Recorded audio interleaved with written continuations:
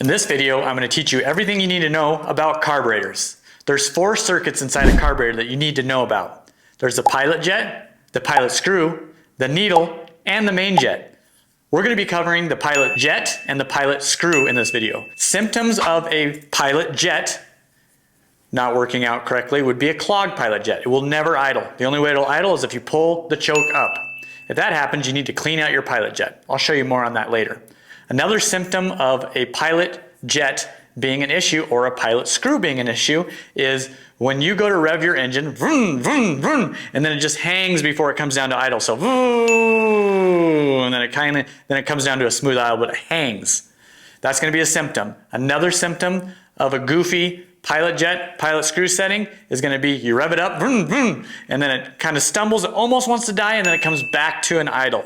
And then finally, another symptom of a pilot jet or a pilot screw problem would be you're riding your bike full power, boom, boom, boom, and then you go to downshift and you're on decel or you're going down a hill in a higher gear, you start getting backfiring. You've heard that a million times. A bike downshifts, boom, boom, and they downshift and you know, all of those little sound effects that I gave you are going to give you clues to what you need to know to fix on your pilot jet and your pilot screw. We're going to be tuning this GY6 Honda Ruckus that has a PWK slide style carburetor.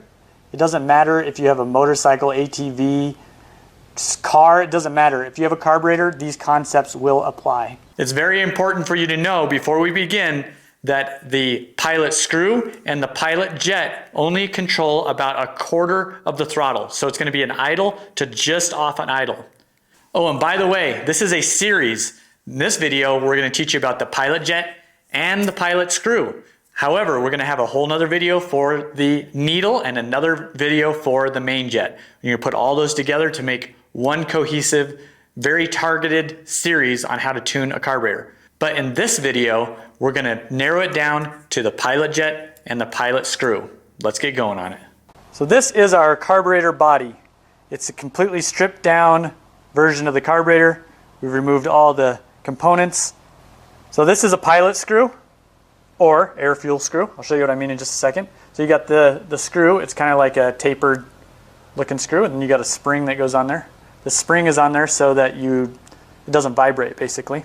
You can call this a pilot screw or an air fuel screw. If it's an air screw, that little part where you install this pilot screw or air screw is going to be on the air filter side. If this screw is more over on this side, it's going to be a fuel screw. The easiest thing to do is call it a pilot screw. The more you back it out, if it's an air screw, it's going to be, you're going to have to give it more air. If it's a fuel screw, the more you back it out, you're giving it more fuel. So we'll just install that. A good reference point would be to tighten this down until it's lightly seated. So I just got it lightly seated, and then you're going to go half a turn, 1 turn, 1.5, 2 turns for sea level, 2.5 turns for high altitude. That's just a general setting that you can set right out of the box. Next we got the pilot jet. This controls the idle. Before we start working with this pilot jet, it's very, very, very, very important. I'm telling you how important this is so you don't chase your tail in a circle. This pilot jet has a hole through it. It's a very tiny, tiny hole. If you put a flashlight behind it or hold it up to the light, you'll barely see a hole. In short, it's almost hard to see with the naked eye. So what I do is this is an 18 gauge wire, and I'm just going to pull just one strand out of this wire here. It's kind of hard. Just grab it and pull it out of there. See that? So what I'm going to do is this is really hard to see, but I'm going to slide this wire into the end of the jet. And the goal is to get it all the way through there. Okay? See, I've got that all the way through there like that. Now I can spin this jet and it'll clean out anything that's in there. And then the wire will come out, and you definitely for sure know that you have a clean jet. And then blow some air through there, whether it's with your mouth or an air compressor. And then hold it back to the light and make sure that jet is nice and clean. And it just installs in this circuit. Again, your carburetor might be slightly different. but the concepts remain the same. So again, a jet is just a basically screw with a hole drilled through it, very precise. The pilot jet is going to look a little different than the main jet, as you can see. And then you just snug these down. They're just brass, so you don't need to really crank the heck out of them. Just to dive into these jets, since this is the most talked about part in any type of carburetor tuning is jetting. This is the pilot jet. The pilot jet you can call an idle jet, you can call it an idle circuit, pilot circuit. There's a few different terms, but the bottom line is this skinny pilot jet that controls the idle to like quarter throttle.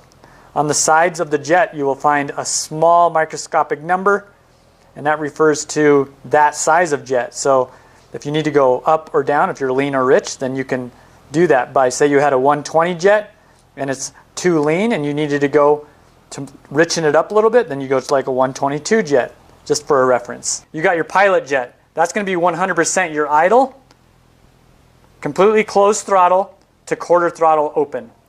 Cool thing is, you got your pilot screw or air fuel mixture screw. You can adjust that in or out to get that idle perfect. Once you've got that idle perfect, you can adjust the actual idle screw down to make it idle correct. It's super, super important that you only do one adjustment at a time. I always start my carburetor tuning with the pilot jet. I get that so you know it idles. You may have to do some pilot screw adjustments so that you can get that idle perfect. Remember, you can adjust your air fuel mixture on your idle circuit. You can adjust that in or out. If you get to the point where you're halfway down, like you just have a half a turn till it bottoms out, then you're going to need to change your jet. If you back it out more than 3.5 turns, then you're going to have to change your jet. That's kind of the range. One very important thing you need to check before you begin, you need to have throttle free play. Turn your bars to the left and the right to verify that your throttle isn't being pulled in any way. You should have a couple millimeters play when you turn your bars to the left and the right so you know the cable is not pulling the carburetor slide up. Step one to all of this. You can never judge the way that your bike runs unless it's completely warmed up. So let it run for 15 minutes, something like that, ride it around, and then you can start judging the issues that you have. You can never start tuning or judging the way a bike runs on a cold engine. So if I turn this, that's going to raise the idle, like that. Now, this is our air fuel adjustment screw. I'm going to turn that in or out. It's getting worse, so I'm going to go the other way until I achieve a nice smooth idle. There, it's going up, if you notice. There's like a sweet spot here, so kind of you find that middle range, and then the idle's normally too high like it is right now. So I'm going to turn this down, maybe a little higher on idle. On this particular model, the GY6, you want it at about 1800 RPM to 2000. So we just want to start from the very bottom and work our way up on the tune. This is a quarter throttle. That's going to be on my idle circuit still. Quarter throttle. Starting to sputter just a little bit. So I'm going to just roll into this.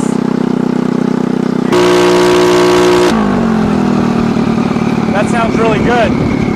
Right now, as it sits, our idle jet is nice. It feels good by ear. No backfiring. So if you noticed, whenever I let off the gas, when I'm not giving any gas, I'm on decel or downshifting, I'm not getting any backfiring. If I got backfiring, then you know that I would need to go larger on the pilot jet because backfiring is a lean condition. A lot of people think that that's a rich condition, but it's not. Now, if I come to a stop and my idle is hanging, like it come to a stop, it's like, and then it slowly goes down, then you know that you need to go larger on your pilot jet. You need to richen up your pilot jet. Or sometimes you can adjust your air fuel screw to correct that.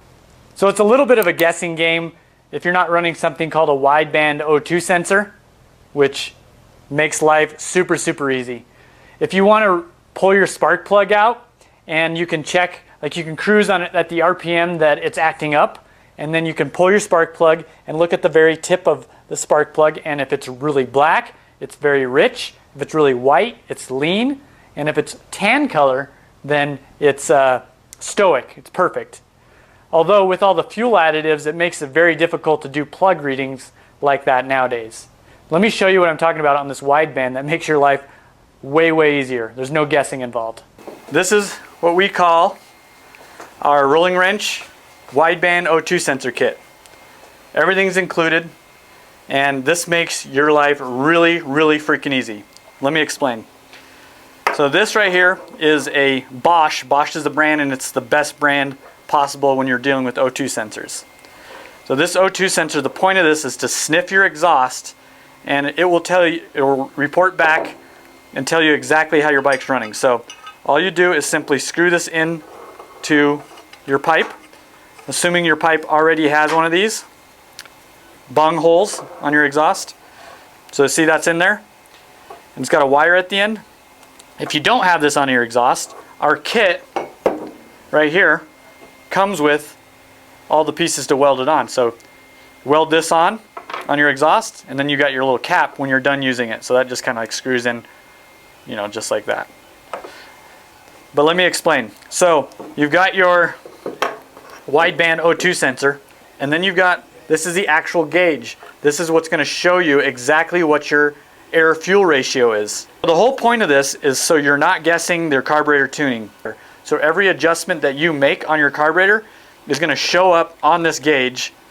And this is our rolling wrench wideband O2 sensor kit, which, by the way, can be found on our website. I'll put the link down below, and you can purchase one of those.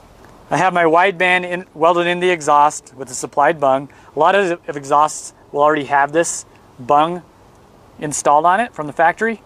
And I'm just running the wires. This is totally just a temporary thing because I'm going to take this off when I'm done tuning. Got the gauge there, and then I've got the power ran up to the trickle charger. This takes all of the guesswork out of this. This is like totally worth the investment if you're doing any type of tuning on a regular basis. Otherwise you can do it by ear. So I'm going to adjust the air screw, air fuel screw. I'm backing it out right now. Just go a little at a time. The more I back it out, the leaner it gets. I pretty much have it backed out 4 turns. That's not going to work. So that tells me that we need to actually go down on the pilot jet. So I'm going to bring it back in. As I bring it in, it gets rich. It's about as good as we're going to get with that pilot. Now remember, the pilot circuit is purely for idle. So I need to loosen the boot so that I can pop this carburetor off. Comes off pretty easy. Remember, this is full of gas, so the minute I tip it over, it's going to start pouring gas out. What I'm going to do is I'm going to open up this drain right here, and I drain that onto a rag. Gas is going onto the rag. There we go. And that's how we drain the gas from the bowl so we can continue removing the bowl. There's a O-ring on the float bowl gasket that could deform, and it's hard to get back in if you get gas on it. So we always want to drain the gas first. This float bowl pulled off of here. Move that out of the way. Now we can get to our pilot jet and main jet. We're going to go a little bit smaller. This is kind of a trial and error, so we're going to go a little smaller on the pilot. The pilot jet was a 38. This is a 35. A lot of times that's how they'll go in like 3-step increments. But we went smaller. This should be perfect, perfect, perfect. And we can adjust it out with the air screw. So we can put the carburetor back on. Generally speaking, you don't want to do 2 things at once. Only one thing at a time so you don't get confused. So at an idle, we're doing pretty good at like 12 AFR. So I think you guys got the picture. Pilot, jet, adjust the idle. The air-fuel mixture screw, adjust the idle mixture. All right, I hope you guys learned everything you need to know about the pilot jet and the pilot screw. In the next video, we're going to be covering the needle. This is going to be what your bike is mainly on as you're riding, so make sure you hit the subscribe button, the little blue bell that notify you when new videos come out. Appreciate you guys. We'll see you in the next video.